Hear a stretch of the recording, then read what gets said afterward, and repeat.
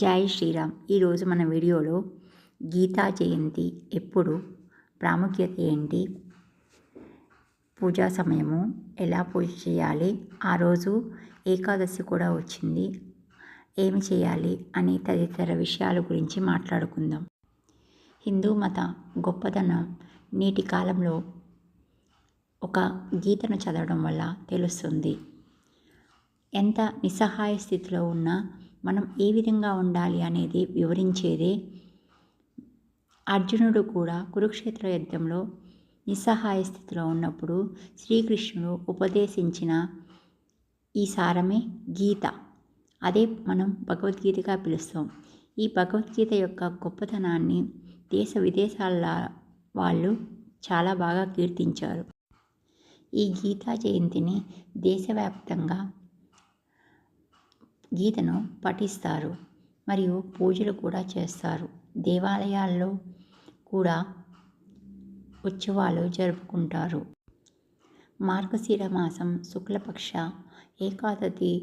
ఏకాదశి తిథి రోజున అర్జునుడికి శ్రీకృష్ణుడు గీతను ఉపదేశం చేశారు. ఈరోజు ఏకాదశి కావడం వల్ల పూజలు చేయడం, దాన ధర్మాలు చేయడం, వీలైతే ఉపవాసం ఉండటం, అనేక పాపాల నుండి విముక్తి పొంది జ్ఞానం మోక్షాన్ని పొందుతారని చెబుతారు. ఉపవాసం ఉండలేని వాళ్ళు తులసి కోట దగ్గర దీపం వెలిగించి ఓం నమో భగవతే వాసుదేవాయ అనే మంత్రాన్ని 108 సార్లు పఠిస్తే చాలా మంచిదని పెద్దలు చెప్తున్నారు. మరియు శ్రీకృష్ణ భగవానుడు మాసానం మార్గశీర్షోహం అని కూడా చెప్పారు. అంటే మాసాలలో కల్లా మార్గశీర్షం అత్యంత ఉత్తమమైనది. అదే మాసంలో ఏకాదశి రోజున ఈ గీతను ఉపదేశించడం వల్ల భగవద్గీతను గీతా జయంతి వేడుకలు చాలా అంగరంగ వైభవంగా కూడా జరుపుకుంటారు. జ్యోతిష్య శాస్త్రం ప్రకారం పౌర్ణమి రోజు చంద్రుడు మృగశిర నక్షత్రానికి దగ్గరగా ఉండటం చేత ఈ మాసమును మార్గశిర మాసమని చెబుతారు. మార్గశిర మాసం దక్షిణాయనంలో ఆఖరి మాసము అవడం కూడా చాలా విశేషము. మార్గశిర మాసంలో సూర్యుడు ధనురాశిలో సంచరించడం చేత ఈ మాసంలోనే ధనుర్మాస వ్రతాలు ఆచరిస్తారు. ఈ మాసం శ్రీ మహావిష్ణువుకు అత్యంత ప్రీతికరమైన మాసమని పురాణాలు చెబుతున్నాయి. మరియు ఈ మాసంలో శ్రీకృష్ణుడు అర్జునుడికి తన విశ్వరూపాన్ని కూడా చూపించారు. అందువలన హర్యానాలో కురుక్షేత్రము, హరియానా అంటే హరి ప్లస్ ఆనా అంటే విష్ణువు ప్రాంతమని, అక్కడ కురుక్షేత్రంలో యుద్ధము జరిగిందని, ఆ యుద్ధములో నిస్సహాయ స్థితిలో ఉన్న అర్జునుడికి గీత గురించి బోధించారని పెద్దలు చెప్పారు.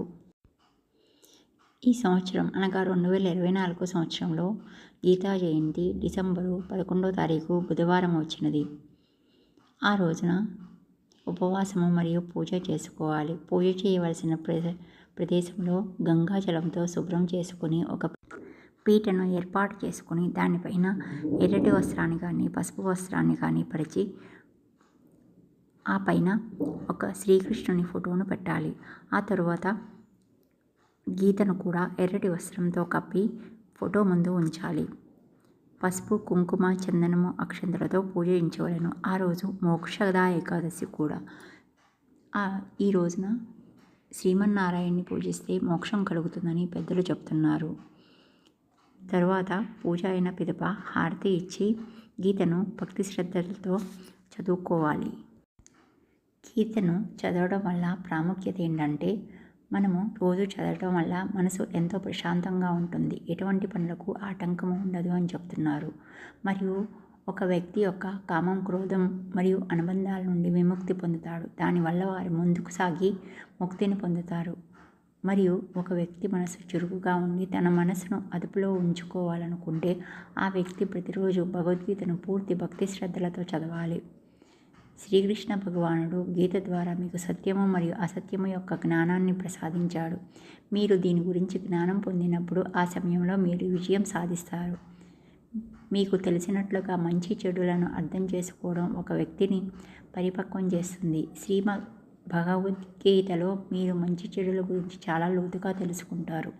భగవద్గీత పఠించడం వల్ల మనిషి మనసులో ఆత్మవిశ్వాసం పెరుగుతుంది.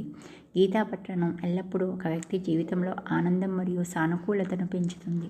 సానుకూల శక్తి ఒక వ్యక్తి జీవితంలో శక్తిని నింపుతుంది. ఈ వేడుకలు హర్యానాలోని కురుక్షేత్రంలో అంగరంగ వైభవంగా జరుగుతాయి. మరియు కురుక్షేత్రము చాలా వాటికి ప్రసిద్ధి చెందినది. మరియు సామవేదము, ఋగ్వేదంలో కూడా కురుక్షేత్రం గురించి వర్ణించబడింది. ప్రసిద్ధ ఋషి మనుస్మృతిని కూడా ఇక్కడే రచించారని చెప్తారు. ఈ గీతను సిక్కు గురువులు, గౌతమ బుద్ధుడు మరియు అనేక మంది యోగులు ఈ స్థలాన్ని కూడా దర్శించారు. ఈ గీతలో 18 అధ్యాయాలతో కూడుకున్న 700 శ్లోకాలు ఉంటాయి. ఇది సమస్త మానవాళికి చాలా ప్రయోజనకరము. ఈ రోజున శ్రీకృష్ణుని మరియు గీతను పూజించడం వల్ల మన పురోగతికి దారి వస్తుందని పెద్దలు చెబుతున్నారు. జీవితంలో సానుకూలత ఏర్పడుతుంది. ఈ పూజా పఠనము తెల్లవారుజామున లేచి నిద్రలేచి తలంటు స్నానం చేసుకొని పూజ చేస్తే చాలా మంచిదని చెప్తున్నారు. విన్నారు కదా ఫ్రెండ్స్, గీతా జయంతి, భగవద్గీత యొక్క ప్రాధాన్యత. ఈ వీడియో మీకు కనుక నచ్చినట్లయితే లైక్ చేయండి, షేర్ చేయండి, సబ్స్క్రైబ్ చేయండి. డౌట్స్ ఉంటే కామెంట్లో పెట్టండి. పక్కనే ఉన్న బెల్ బటన్ ప్రెస్ చేయడం వల్ల నేను పెట్టే ప్రతి వీడియో మీకు నోటిఫికేషన్ రూపంలో వస్తుంది. జై హింద్, జై భారత్, జై శ్రీరామ్.